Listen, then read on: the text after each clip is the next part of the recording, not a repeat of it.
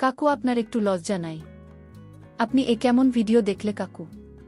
কাকু, আপনি যে ভিডিও আমাকে দেখালেন সেটা দেখার পরে 2 দিন ধরে ঘুম নাই। কাকু, তুমি আমায় কি দেখালে? কাকু, তুমি এখন এর সমাধান বের করো। এই ভিডিও দেখার পরে আমার চোখে ঘুম নাই। কাকু তখন বলল, এর সমাধান খুব সহজ। আমি এর সমাধান করে দিতে পারবো। তোমার ভালো ঘুম হবে। মা, আমি বললাম, তুমি বেহুশের মতো ঘুমোবে। আমি কাকুকে হতাশ হয়ে বললাম, কাকু, আমি ঘুমাতে চাই, কি করলে আমার ঘুম আসবে? কেন তুমি আমায় ভিডিও দেখালে? কাকু তখন বলল, আজ রাতে তুই আমার ঘরে আমার জন্য একটি চা নিয়ে আসিস। তারপর আমি তো সমস্ত সমস্যার সমাধান করে দিব। আমি যখন রাতে কাকুর জন্য চা নিয়ে ঘরে গেলাম, তখন কাকু বলল, তুমি বিছানায় চুপ করে শুয়ে পড়। আমি কাকুকে বললাম, কাকু, আপনার রুমে আমি থাকবো কেন? কাকু তখন বলল, তুমি যদি ঘুম চাও তাহলে আমার এই বিছানায় শুয়ে পড়ো। তারপর আমি যখন বিছানায় শুয়ে পড়লাম, তারপর কাকু আমার সাথে সারা রাত ধরে। বন্ধুরা, আমার নাম সালমা। এখন আমার বয়স মাত্র 14 কি 15 বছর হবে। আমি এবার 8ম শ্রেণী পাশ করেছি। আমার পড়ার খুব শখ ছিল, কিন্তু বাবা আমার লেখাপড়ার বিপক্ষে ছিলেন। আমি আমার মা এবং কাকাকে বললাম, আমি আরও পড়াশোনা করতে চাই। তাই এখন আপনারা দুজনেই আমাকে সাহায্য করুন এবং আমার বাবাকে রাজি করান। কাকার দিক থেকে অনেক চেষ্টা করেছিল, কিন্তু বাবা কিছুতেই রাজি হচ্ছিল না। কারণ সে বলতো, আজকাল স্কুলে পড়াশোনা কম আর প্রেম প্রীতি বেশি হয়। তখন কাকা বাবাকে বুঝিয়ে একভাবে আমার গ্যারান্টি নিলেন যে আমি এরকম কিছু করব না, শুধু পড়ালেখার করব। তখনই বাবা আমার স্কুলে পড়তে দিতে রাজি হন। আর কাকে বলেন, আজ থেকে সালমার দায়িত্ব তোমার। যদি সে এমন কিছু করে যা এই ঘর পরিবারের সম্মান ক্ষুণ্ণ করে, তাহলে সালমার সাথে তোমার ভালো হবে না। কাকা বাবাকে বললেন, ভাই, চিন্তা করবেন না, আমি সালমার প্রতিটি গতিবিধির উপর নজর রাখব। এই সময় আমি জানতাম না যে কার মনে কি ছিল আর কেন তিনি আমাকে এত সমর্থন করছেন। কিন্তু আসল ব্যাপার হলো, আমি কখনো ভাবিনি যে কাকার সাথে আমার বন্ধুত্ব এত গভীর হয়ে উঠবে। তারপর কয়েকদিনের মধ্যেই কাকা আমার সাথে গিয়ে আমাকে ক্লাস 9-এ ভর্তি করিয়ে দিলেন। প্রথম দিকে তো মন দিয়ে পড়াশোনা করতাম, স্কুলে কারো সাথে বেশি ফ্রি হতাম না, এবং স্কুলে যা কিছু হতো রাতে বাড়িতে এসে কাকাকে সব খুলে বলতাম। কাকা আমার সাথে খুব ফ্রি হতে শুরু করেছিলেন এবং আমি অনুভব করতাম যে তিনি আমার দিকে খুব অদ্ভুতভাবে তাকিয়ে আমাকে দেখতেন। কারণ আমার কাকিমা গ্রামে থাকতেন এবং আমার কাকা কাজের জন্য আমাদের বাড়িতে থাকতেন। তারপরে স্কুলে আমার একটি মেয়ের সাথে বন্ধুত্ব হয়, যার সাথে বন্ধুত্ব করার পর আমার জীবনে একদম বদলে যেতে শুরু করে। কারণ এই বন্ধুটি আমাকে বলেছিল যে আমার এনগেজমেন্ট হয়ে গেছে। একদিন সে আমাকে তার বাগদত্তার সাথে পরিচয় করিয়ে দিল। আমার বন্ধু আমাকে বলল, আমাদের বিয়ে ঠিক হয়ে গেছে। তাই আমরা দুজনেই একে অপরের সাথে, এবং এখন আমাদের মধ্যে আর কোনো পর্দা নেই। এরপর আমি আমার বান্ধবীর কাছে থেকে সবকিছু জানার চেষ্টা করতাম। হয়তো আমার এটা জানার বয়স তখন হয়নি, বা আমার বয়সটা এমন ছিল যে সব জেনেও আমি সহজে ভুল পথে চলে যেতাম। কিন্তু তারপর সেই ঘটনাই ঘটতে থাকে। আমিও সেই সব বিষয়ে আগ্রহী হতে লাগলাম। এর আগে কোনো ছেলের সাথে আমার বন্ধুত্ব ছিল না, তাই আমি যখনই এসব ভাবতাম তখনই কাকার চিন্তা আমার মাথায় নিজে নিজেই চলে আসত। তারপর আমি মনটা ঝেড়ে ফেলে মনে মনে বলতাম, সালমা, এসব তুই কি হাস্যকর কথা ভাবছিস? উনি তো আমার কাকা। কিন্তু তারপর আমার কাকার কথাও আচরণ আমার এই ভাবনাগুলোকে আরও উৎসাহিত করতে থাকে। কিন্তু কাকার মনের কথা আমি তখনও জানতে পারিনি। মাঝে মাঝে এমন ভাবতাম, কাকা হয়তো আমার সম্পর্কে একই কথা ভাবছেন, কিন্তু মাঝে মাঝে তার মনোভাব আমার উপর খুব কঠোর হয়ে যেত। তিনি আমাকে মনে করিয়ে দিতেন যে তোমার বাবা খুব কঠোর এবং তুমি যদি কোনো ভুল করো তবে তিনি তোমার পাশাপাশি আমার অবস্থাও খারাপ করে দেবেন। তার কথাগুলো শুনে নিজেকে আগলে নিতাম। স্কুলে গেলেই আবার ওখানে সেসব কথা শুনতে পেতাম। তারপর স্কুল থেকে বাড়িতে ফিরে বন্ধুদের বলা কথাগুলো ভাবতে শুরু করলাম। সেদিন কাকার কাছ থেকে বাড়ি ফিরলে তিনি এসে আমার পাশে বসলেন এবং কথা বলতে লাগলেন।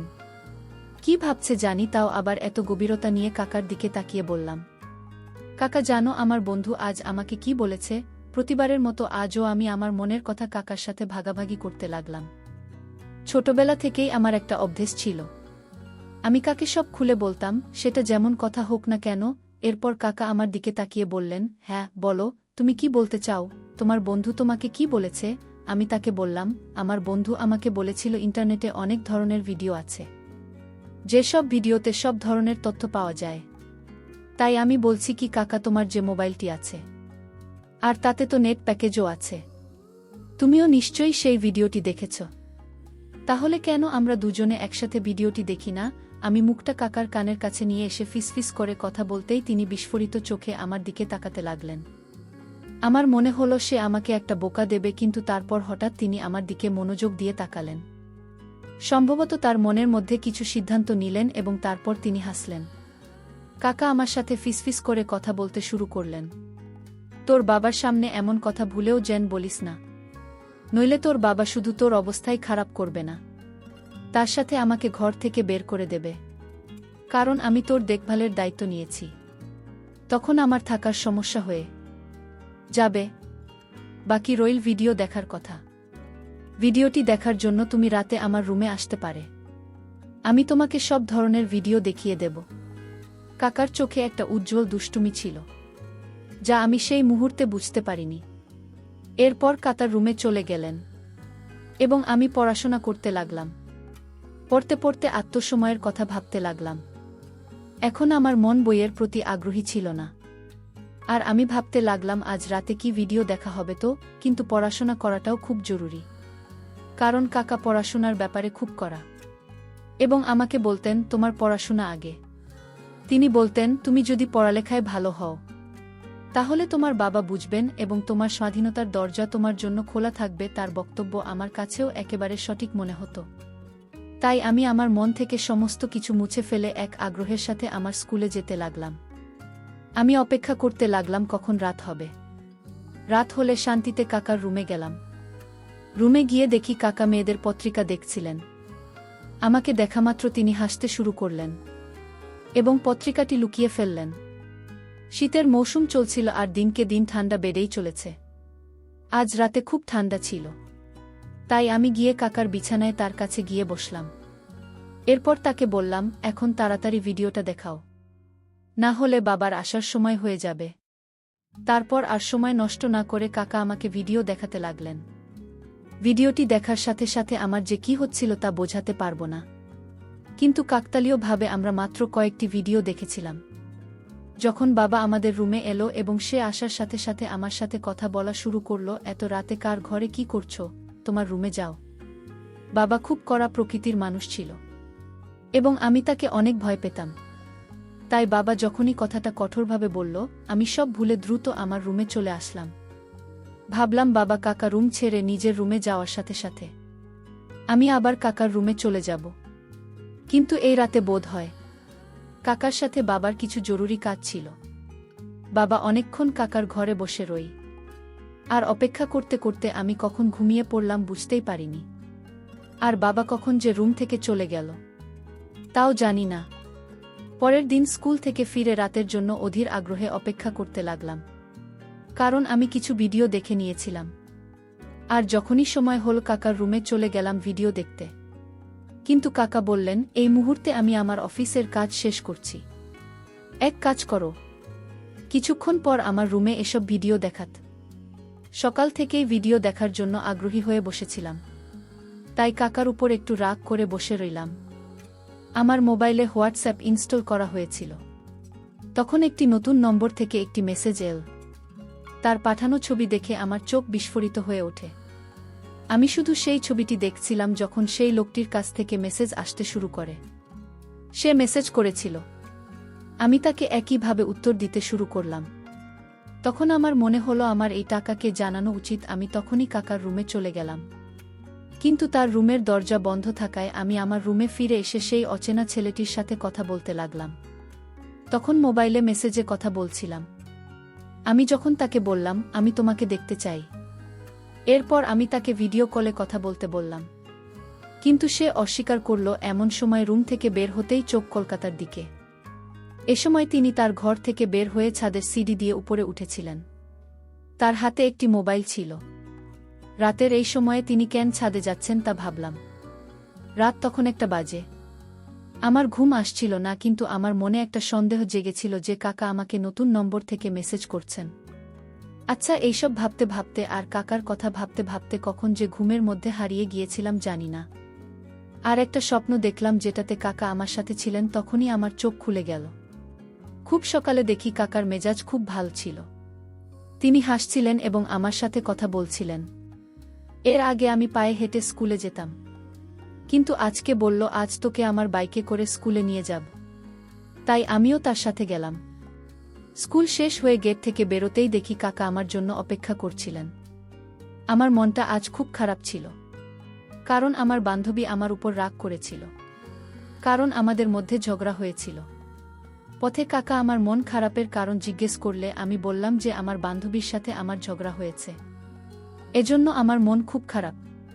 তখন কাকে বলল আমাকে তোমার মন ভালো করতে দাও, দেখবে সব কিছুই তোমার খুব ভালো লাগবে।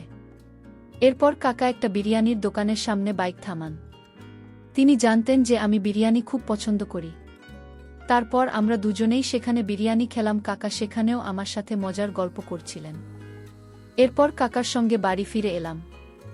সেদিন আমার মা আর বাবা বাড়িতে ছিলেন না, মনে হয় কোনো আত্মীয়ের বাড়িতে বেড়াতে গিয়েছিলেন। তাই কাকা আমাকে জিজ্ঞেস করলেন, সালমা, তুমি তো আমাকে সেই ভিডিওটি আর দেখার কথা বললে না তো? তখন আমি তাকে বললাম, আমি এটি আগেই দেখে নিয়েছি। কাকা হঠাৎ চমকে আমার দিকে তাকাতে লাগলেন আর বললেন, কেমন করে দেখলে? তোমার তো শুধু হোয়াটসঅ্যাপ প্যাকেজ আছে। তিনি আমাকে কড়া গলায় জিজ্ঞেস করলেন। আমি তাকে বললাম, আমি একটি নতুন বন্ধু বানিয়েছি, সে পাঠিয়েছিল। আমি রাতে এসেছিলাম তোমাকে বলতে, কিন্তু কাকা তখন তুমি ঘুমোচ্ছিলে। এই কথা শুনে কাকা গভীর চিন্তায় হারিয়ে যায়। তিনি বলেন, তুমি এখন যাও। আমি আমার রুমে গেলাম। লাঞ্চে ফিরে এসে দেখি কাকা আমার মোবাইলে কিছু খুঁজছেন। আমাকে তার দিকে যেতে দেখে কাকা আমার মোবাইলটা টেবিলে রাখো। তারপর দুজনে একসাথে মিলে খাবার খেলাম। খাওয়ার সময় যখনই আমি কাকার দিকে তাকাতাম, আমার মনে হতো তিনি আমার দিকে আর চোখে তাকিয়ে আছেন। আমার মনে হলো সে আমাকে কিছু বলতে চাইছে, কিন্তু বলতে পারছে না। মনে মনে ভাবতে লাগলাম, কাকা একবার প্লিজ বলে ফেলো, আমি তোমাকে একটু বারণ করব না। তখন আমার চোখ কাকার মুখ থেকে সরে গিয়ে আমার মোবাইলের উপর পড়ে, কারণ আমি তখনও সেই অচেনা ছেলেটির মেসেজের অপেক্ষায় ছিলাম। সে তখন ও আমাকে মেসেজ করেনি, আর কাকা কিছু বলতে যাচ্ছিলেন। তখন আমি মোবাইলটা তুলে নিজেই সেই নম্বরে মেসেজ করতে লাগলাম, কিন্তু কাকা আমার হাত থেকে মোবাইলটা ছিনিয়ে নেয়। আমি ভেবেছিলাম সে হয়তো রাগ করছে। তখন কাকা বললেন, সালমা, খাওয়ার সময় মোবাইল ব্যবহার করা মোটেও ভালো কাজ না, তাই মোবাইলটা এখন আমার হাতে দাও। এই বলে সে আমার মোবাইলটা নিজের কাছে রাখ। আমি তাড়াতাড়ি খাওয়া শেষ করে কাকাকে বললাম, এবার তো আমার মোবাইলটা আমাকে ফিরিয়ে দাও। কাকে বলল, আমি তোমাকে দিয়ে দেব, আগে তুমি আজ আমার একটা উপকার করো। আমিও তাই করলাম। দ্রুত বাসনপত্র সংগ্রহ করলাম এবং তারপর আমার স্কুলের কাজ শেষ করলাম। এরপর রাত 2টা বাজতে আমি কাকার রুমে এসে তাকে বলতে লাগলাম, কাকা, এখন আমার মোবাইলটা দাও, আমার সেই বন্ধুর সাথে কথা বলবো। কাকা বললেন, আমার খুব মাথা ব্যথা হচ্ছে, যা আগে আমার জন্য সুন্দর করে একটা চা বানিয়ে নিয়ে আসো। কিছুক্ষণ পর চা বানাতে গেলাম। চা বানানোর পর রুমে এসে চা টেবিলে রেখে চলে যেতেই তখন কাকা আমাকে বললেন, তুমি আজ রাতে আমার রুমে থাকো। আমি অবাক চোখে তার দিকে তাকাতে লাগলাম। বন্ধুরা, তারপর কাকা আমার সাথে কি করেছিল তার পরের পার্টটা আগামীকাল আপলোড দেওয়া হবে। সেই পর্যন্ত সবাই ভালো থাকবেন। ধন্যবাদ।